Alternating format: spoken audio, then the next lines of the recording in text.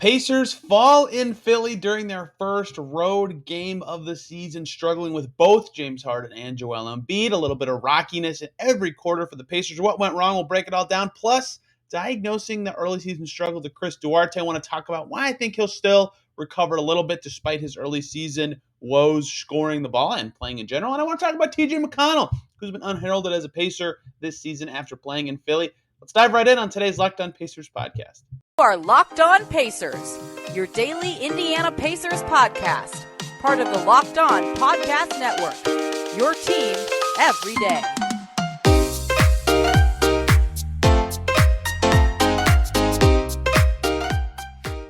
Welcome in to another edition of the Locked On Pacers podcast, where we, of course, talk about the Indiana Pacers. As always, my name's Tony East. I cover the team for Forbes and SI, and today we're talking Pacers, Sixers. Two teams just finished battling in Philadelphia. Pacers end up losing to the Sixers, giving the Philly their first win of the season, although Philly looked much more talented in this game, winning 120-106.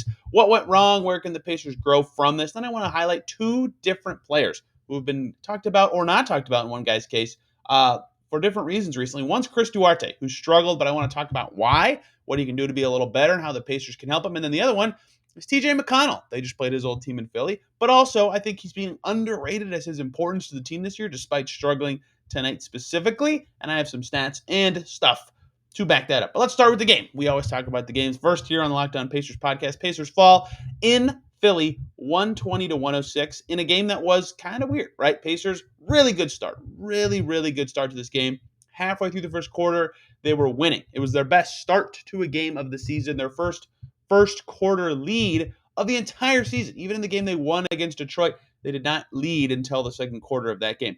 And then it all fell apart down the stretch of that first quarter. This was the worst game for the Pacers' second unit of the season. Philly was up 10 by the time the quarter even ended. I think it was an 11-point lead at one point for Philly in the first quarter. So, yes, the Pacers started a little better, but they still had their first quarter woes. And the big part of this, the Pacers started the game off.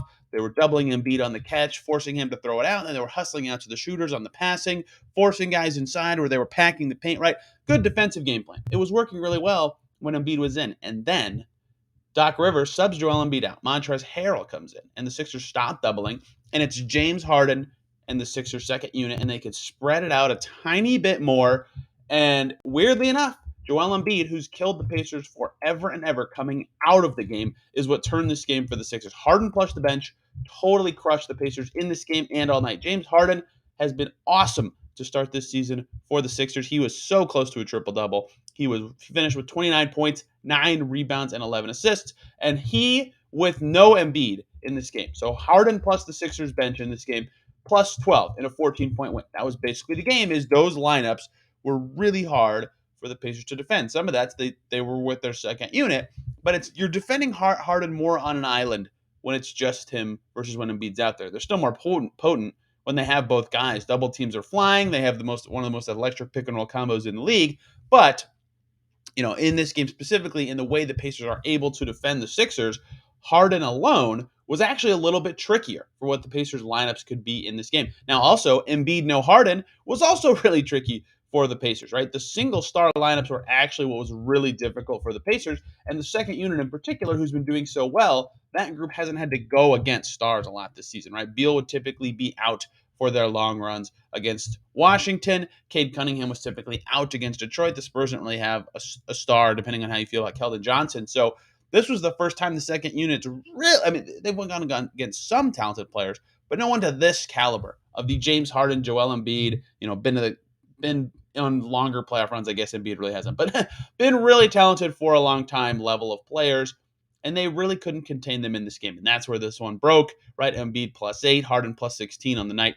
And that's what this game went down to, because the Pacers had some guys play well, but they really struggled with the stars. I think that's the biggest story from this game, and I think it'll be an issue for them all season. Now, to be fair, they are stars because teams can't contain them, right? That's why they're a superstar. They're hard to guard. So it's not unique to the Pacers that they can't struggle with these guys, but they already in the past have had very little answers for these bulkier, strong wings, and Brogdon couldn't really keep up with quick lateral guards, and now the Pacers a lot of their good defenders from past teams are gone. They're relying a lot on Aaron Nesmith and Chris Duarte to kind of defend these Harden types, and with even Miles Turner just gets destroyed by Embiid, right? Always through his career. But in this matchup specifically, they don't have a Sabonis to kind of give him some bulk, right, in the post. Goga tried a little bit, didn't go very well. Isaiah Jackson had 5 fouls in this game. Jalen Smith is a little thinner, right? They will really struggle with, especially the Philly stars, but in general, they don't have good answers for stars on this team. And this game really showed the super duper stars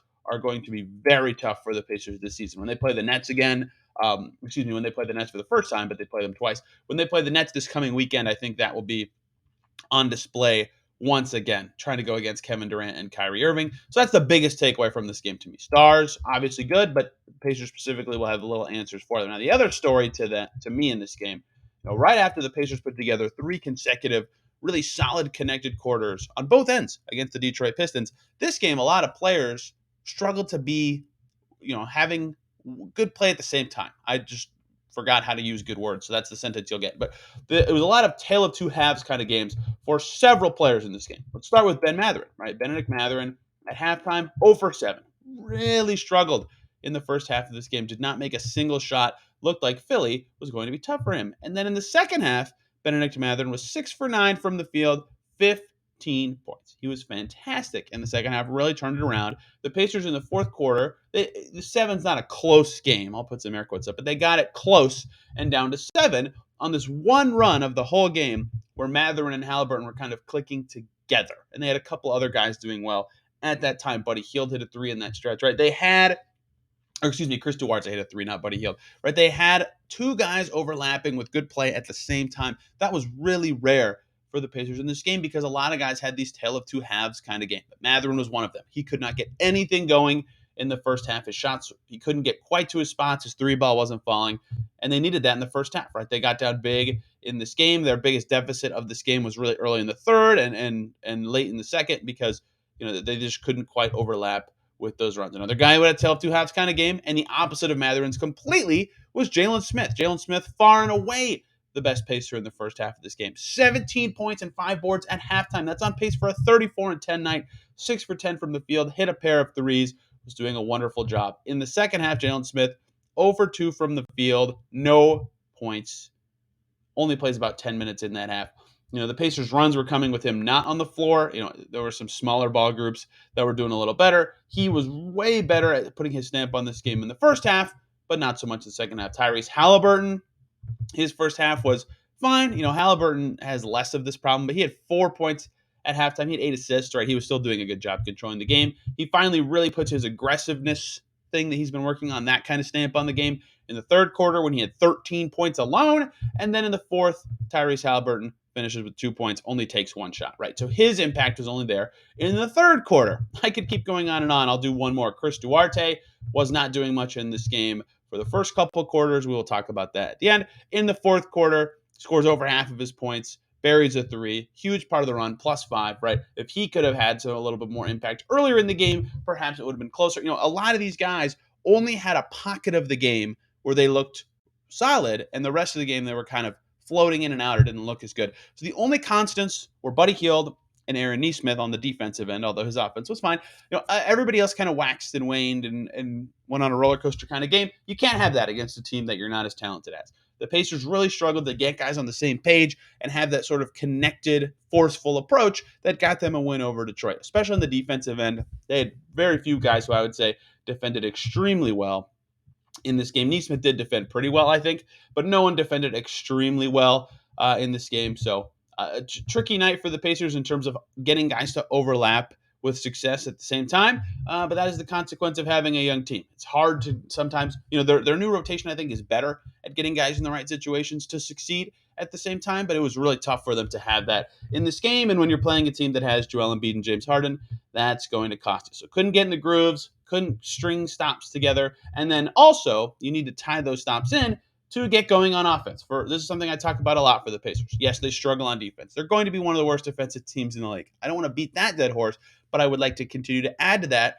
by saying this team has talked about they want to be electric in transition and early offense. And you can't do those things as effectively if you're not getting into transition and getting stops. So defense is doubly important for them because of the things they say they want to be good at on the offensive end of the floor. When you have like these games like this where it's really up and down for every kind of player, it's really hard to get in those rhythms or you're getting a lot of stops in a row. And the only time they had a lot of overlap in that early fourth quarter where they were getting it from Mather and they were getting it from Duarte, to start the frame.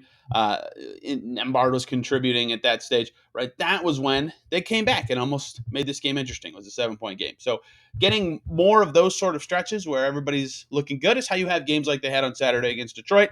But against better teams, I think you're going to see nights like this where they kind of weave all over the place and have a couple of guys who play well and some who don't. So one of those guys who had a little bit of a bounce back game. I don't want to say he played bad. Chris Duarte in this game goes 4 for 9, 9 points, 4 rebounds for him. He has really struggled to start the season prior to this game, though, and I want to talk about why. What he can do better and what the Pacers can do better to make last year's all-rookie team member, one of the best 10 rookies in the NBA last year, look a little bit more like that guy. Look like that guy that was doing well as a connecting piece in the preseason before. We talk about Chris Duarte and what the Pacers can do better with his play and his development and what he can do better. I want to talk to you guys about LinkedIn jobs. These days, every potential new hire for your business can feel like a high stage wager, especially if you're a small business. You want to be 100% certain you have access to the best qualified candidates available. That's why you have to check out LinkedIn Jobs. LinkedIn Jobs helps find the right people for your team faster and for free.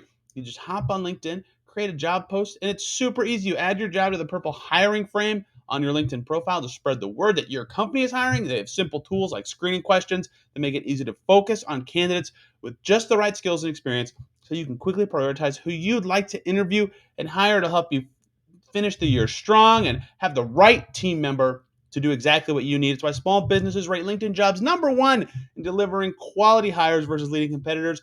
LinkedIn Jobs help you find the qualified candidates you want to talk to and faster. Post your job for free at linkedin.com/LockedOnNBA. That's linkedin.com/LockedOnNBA to post your job for free on LinkedIn. Terms and conditions apply. Thank you, as always, for making Locked On Pacers your first listen today and every single day. For your second listen, obviously listen to Locked On Sixers. They just played very well against the Pacers. What are the takeaways from the other side of the court as the Sixers get their first win of the season? Go check out Locked On Sixers for your second listen today. Let's talk about Chris Duarte, a guy I've wanted to highlight already. He had a decent preseason, but not enough to get what I could consider his own segment. He played okay in this game, which isn't enough for his own segment, but his start to the season merits more discussion. A big part of that is, but prior to this game, Chris Duarte was shooting 26% from the field and 20% from deep. He was 6 for 23. He's now 10 for 31. So much closer, in fact, exceeding 30% now. Still bad, but a step forward going 4 for 9 against the Sixers. And after a decent preseason, right, we'll talk about that in a second, and a wonderful rookie year. He shot 43% from the field, 37% from deep, doubled his points per game from what it is now last year. 13 points per game last year, 6 now. Right? What's going on? He should be improving. And he hasn't. Now, 4 games, very small sample, very, very small sample. That's very key to remember throughout this entire discussion. If we hit game 15, and this is still what Chris Duarte looks like, then yes, concern, alarm bells, panic, whatever. I am not that kind of person. I will not be for any player, any team until about 15, 20 games in. But I do want to contextualize Chris Duarte's poor start because those numbers are alarmingly bad, right? 20% from deep, 26% from the field entering this game merits some discussion. So what's going on? Well, to talk about what's going on, let's actually talk about what happened in his 4th game against Philly tonight. Let's talk about his 9 shots. He made 4 of them, okay? 2 of them were tough step back shots. Not the greatest shots ever. He's okay at those tougher step backs. He actually hit one of them. Both were below 10 seconds on the shot clock, but more than 5, right? So, you don't want Chris Duarte taking those shots. But whatever. He took those shots. That's 2 of his 9. The other 7 shots were a made layup off of an offensive rebound, a layup attempt, 3 open threes, and 2 late shot clock shots he had to take. And oh, by the way, he made both of those late shot clock shots. So 7 of his 9 shots were either good or had to take it shots. You can't fault him for those shots. They're good shots. They're at the rim or they're open threes. Or someone has to shoot because there's no time on the clock, right? 7 of his 9 shots were good shots. You cannot fault Chris Duarte for taking those shots. And so I was tracking his shots throughout the game, and I thought, okay, he's approach to when he should shoot is correct. They're getting him shots that he should be taking. So let's look at his season numbers. Entering this game, of his shots that he's taken this season, 70% are what NBA.com classifies as open or wide open. Open means 4 to 6 feet away is your closest defender. 4 feet away, wide open is 6+ feet away. 70% of his shots entering this game were in that situation. I think they're going to classify, given the closest defenders, that 2/3 of his shots in this Philly game, 6 out of 9, were open or wide open, right? So that will continue to be about the same. So he is taking good shots. He's taking open shots. They're just not going in, right? They're just not going in. And that is sometimes that ends up being the laziest form of analysis. I kind of hate dumbing it down to that at times, right? I hate saying, "Oh, he's just missing open shots." But like the Spurs hit 54% from three in a game, last Friday, and they're 3-1 now. By the way, we'll talk about them a little bit in the third segment here. Like that just happens. Like sometimes guys get hot, and sometimes guys miss a lot.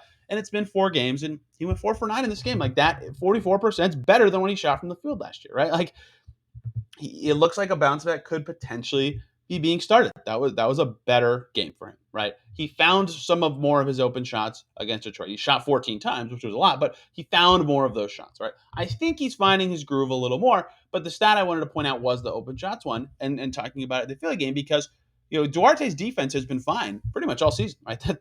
He was really good on defense against the Pistons. But things like this can happen through 4 games where he's just really off, even with open shots. So yeah, the more concerning part, and we'll get to this at the end, is just that he kind of looks disconnected and floaty at times in a way that he didn't in the preseason.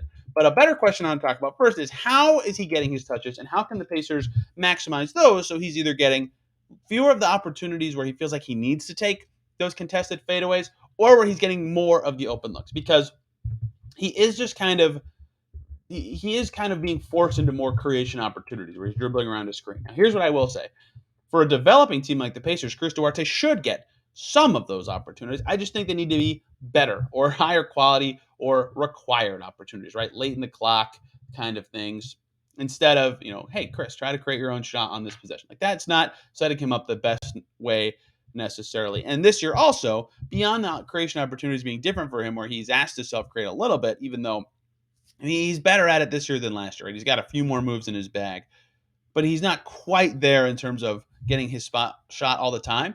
And he does look to pass a little more. Halliburton talked about that early in the season, but he still looks at the rim a little too often when he's cut off and tries to do a fadeaway instead of passing or looking for a better shot. And he's also got better defenders on him, right? Guys know who he is now. His reputation exists to a point after being really good last year, starting the season off miraculously, right? And by the way, that's another thing. Remember how good he was to start last season? I didn't even put this in my notes. He obviously wasn't that good of a player either, right? You can have extreme results on both ends of the spectrum. This just happens to be the negative end. But either way, there are a lot of context points to that exist for him with better defenders in different situations. I think the Pacers just need to find a way to get him slightly better advantages right when he catches the ball. Open shots are open shots. Those are already an advantage. But if he's going to be a guy who's forced to attack a pick and roll, give him a half step right on the catch, or give him let him run those with more favorable matchups. So he's getting those reps in against guys that he can get good looks off of, so he understands what works against those guys. Now, this is all way easier said than done. You have the balanced development with winning early in the season and partnering him with the right players, and they're still figuring out the right lineups for him, right? They've already changed their starting lineup. It's been 4 games. So it's all way easier said than done, as everything ever is. But I think they can get him a little bit better of situations. But that said, I think even if his role hardly changes at all, his shot will start to fall eventually. Like I said, in this game, 7 of the 9 shots were either good or had to take them shots, and that's fine. And 70% of his looks being open, they'll start to go in. Chris Duarte has enough of a pedigree as a shooter for me to believe that. And the defense has been fine or better in every game. But that said, the struggles are obvious. I don't want to diminish them, right? Because it's not just shots not going in, right? Some of it is forcing shots. Some of it is that he just, floating is a term I've used before and seen used before for guys that are on the floor but don't really feel like they're impacting anything. They're just kind of floating around in space as one of the 10 guys in the court. Like he has felt floaty at times. And that is problematic. Like how can he, if that's mistimed cuts, if that's standing in the wrong place, it's just he doesn't look like a guy adding a lot of impact at times. I don't want to diminish that he has struggled beyond just making missing shots, but I think that there will be some sort of bounce back where his impact looks way closer to this season. And you saw it a little bit in this Philly game, which made me want to talk about it. And I think the bounce back is guaranteed. Let's talk about the preseason. Even if preseason is only half real or whatever. In the first half of games, it's all NBA players playing. Chris Duarte shot 51.4% in the preseason, right? He was finding the way to make the shots in those games and was being a good connecting piece and averaging nearly 3 assists per game, which would have blown his stats away from last year as a passer and a play finisher, right? Like, it's there. The blueprint was there in those games. He looked fine in those games. So maybe he's getting, he's had a ton of really hard hits. Maybe that's causing him some issues. And he definitely had a rough start to the season, extremely rough. But I think he will bounce back. I think the context says just give him slightly more advantageous situations, and he will continue to grow this season because, you know, at age 25, I think this is an important year for him, right? Going into year 3 at age 26, there needs to be a lot of confidence behind him that he can be a key part of this team. I think he can as a 3-and-D piece, but finding the right role, what guys he fits with, and how he can be best maximized is very important when they have established Benedict Mather and Tyrese Haliburton instead of young and growing Benedict Mather and Tyrese Haliburton. So that's what I wanted to talk about with Chris Duarte. I think more patience is required. And in general, I'm a long-term approach thinking kind of guy.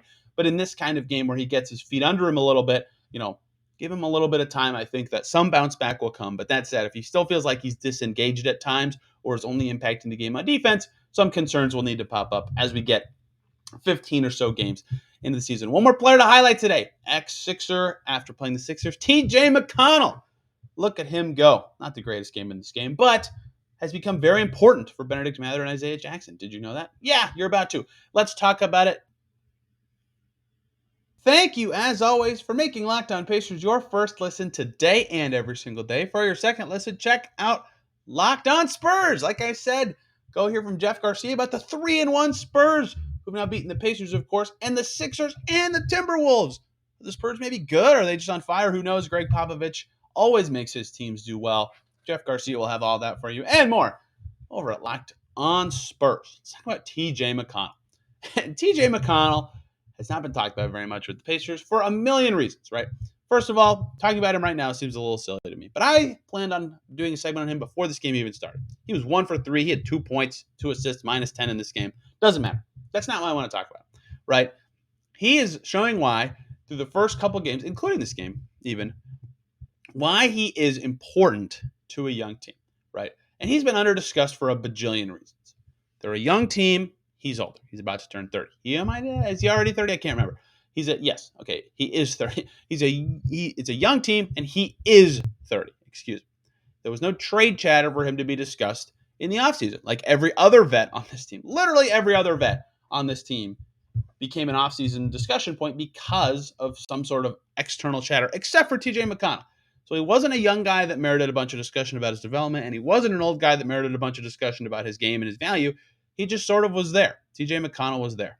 He's a valuable vet. He was a half coach last year during his broken wrist time. He's a useful piece for this team. He just hasn't been discussed very much. Quietly, though, has been pretty good for the Pacers this year, both in general and with the second unit. Again, this particular game, minus 10. Let's talk about the first 3 games really quickly for a second. Did you know that TJ McConnell's on-off plus minus net rating right now is plus 8.6? Plus 6.4 net rating with McConnell on, minus 2.2 with him off. The offense gets 6 points per 100 possessions better. The defense gets 1.5 points per 100 possessions better. Marvelous level of impact, right? And let's talk about what net rating is. That is a team stat with him on and off the court. So he's with the second unit most of the time, and the second unit's been good, but he's a big part of the success of that unit, right? Because he's good on defense, because he's so solid on offense. And I think the biggest thing to me, and this is something he helps any unit with, because he's played with Haliburton quite a bit this season. Not quite a bit. He's played with Haliburton more than I expected this season. He's been in lineups along with Tyrese. But this is the thing that he does the best of any player on the Pacers team, except with the exception of maybe Haliburton, driving towards the basket. I talk about this with him all the time. Of the top 50 players in the NBA in drives per game, right? All of them are playing 20 or more minutes per game, except for 2. One is Darius Garland, who got hurt 13 minutes into his season. The other one is TJ McConnell, who was averaging 13 drives per game in like 16 minutes per game, right? Like every possession, it feels like he's in there. He attacks the paint at some point. He gets into the lane and he makes the defense move around in some way, whether that's one step off their man to be ready to help, or a big man steps up, or they have to think about the lob to Isaiah Jackson maybe going over their head. All this stuff going on that he is making guys think and react. And Rick Carlisle's talked about reacting a lot this year. You never want to be the team reacting. You want to be the team that's forcing the other team to react. There's a word for that. But if you get what I'm saying, TJ McConnell is very good about that. And that makes the second unit's offense much better and sets other guys up for success. And of course, he's a nosy and useful defensive player. And so the guy that I've noticed this with the most, where his drive sort of bends the defense and another ball handler sort of relieves the pressure, is Benedict Mathurin, who's been awesome this year, obviously. Let's talk about Benedict Mathurin's scoring, and specifically his points per possession. Benedict Mathurin playing with TJ McConnell. 47.2 points per 100 possessions. Insane. Crazy numbers, right? Benedict Mathurin without TJ McConnell. 31.4 points per 100 possessions. That's 15 more. 15 more points per 100 possessions playing with McConnell, because he gets better situations. The defense is already bent, and he can kind of have a release valve, so the situations just make more sense. The defense is defending against more than one guy. They don't have to lock in on him as much. Now, without McConnell, the other thing is he's playing with other guys who are more capable scorers that take away scoring opportunities from him. So that's another reason that the number is lower, is that without McConnell, he has other scoring threats where McConnell's a passing threat, but also McConnell sets him up specifically and can bend a defense in a way that works for the second unit. I thought that was noteworthy. Another guy is Isaiah Jackson, right? They have great chemistry on lobs. Isaiah Jackson playing with McConnell, 31 points per 100 possessions. That goes down to 18.4 when TJ McConnell sits. You understand these numbers to say, a lot of guys with the second unit who, Mathurin not as much as Isaiah Jackson, but in general, guys who need a little bit more creation or a little bit defensive changes, bent, whatever, TJ McConnell really helps them. And that's where he provides a lot of value to this team, right? So that is something I've thought what is absolutely fascinating. Mathurin has been assisted four times by McConnell in the first 3 games, plus a few more in this game. I just pulled up the assist networks right now, right? So, that chemistry is already there. He has a lot of impact on those younger players with the second unit. Of course, he's nosy as F on defense. He's getting a few more of those backcourt steals. So even without his shot working for him, right? He's shooting pretty poorly on those little fadeaways he was really good at for a couple seasons with the Pacers, and he's not taking as many. Maybe his minutes dwindle throughout the season even. If that shot's not there, they want to play Nembhard a little more. Right now, he's really helping a lot of guys by being a good lob passer, by being a good rim attacker, by making the defense bend, and by himself being a good on-ball defender in a way that makes the bigs behind him life easier. That's why he's a plus in terms of on-off on both ends of the floor right now. So yeah, TJ McConnell doesn't get talked about much for a lot of reasons. On a younger team, his role is not necessarily the most important thing long term, but he's still super valuable to the team right now. And I think he merits some praise for the way he's able to elevate other players when he's on the floor. Of course, he is very limited himself, but I think he's had a nice start to the season showing why he still deserves to be the backup point guard, to get minutes every game, because he's going to make Mathurin's life easier. He's going to make Jackson's life easier, even to a lesser extent. A guy we just talked about, Chris Duarte. Chris Duarte is getting some of his catch and shoot opportunities because he's out there with TJ McConnell, right? That is why, he's done such a good job so far out there helping these guys. He's to assist even to Andrew Nembhard, who's kind of learning to balance playing the 1 and playing the 2. So McConnell, yes, kind of an in-between piece for this Pacers team between one era and the next, right? He's the 3rd longest tenured Pacer, but he's also very valuable to young players, both as an off-court mentor and an on-court piece. And I think that I wanted to talk about that, 1, because they're playing his former team, but 2, when I was looking at the numbers today, I walked away very impressed with the way he's able to help some of these other guys when he's on the floor with his passing, with his setup ability, and with his gaudy driving numbers that are really, really impressive compared to the rest of the NBA. Pacers lost this game. They'll have to learn from it to bounce back. Bulls tomorrow. A little bit easier of an opponent, although the Bulls just smoked the Celtics despite being down double digits in the first quarter. So they might be tough in that way. I'll be in the United Center, so I'll have lots of fun takeaways from that game. Should be really, really exciting. We'll break it all down here for you, of course, on the Locked On Pacers podcast. Plus, Mad Ants just drafted a player in the first round. Their training camp roster's out. Got to do the primer for the Mad Ants season, and we'll talk about some other stuff, as we always do here on the Locked On Pacers podcast. Hope everybody enjoyed the game, and if you made it this far, thank you so much. We'll be back tomorrow. Have a great day. We'll see you then.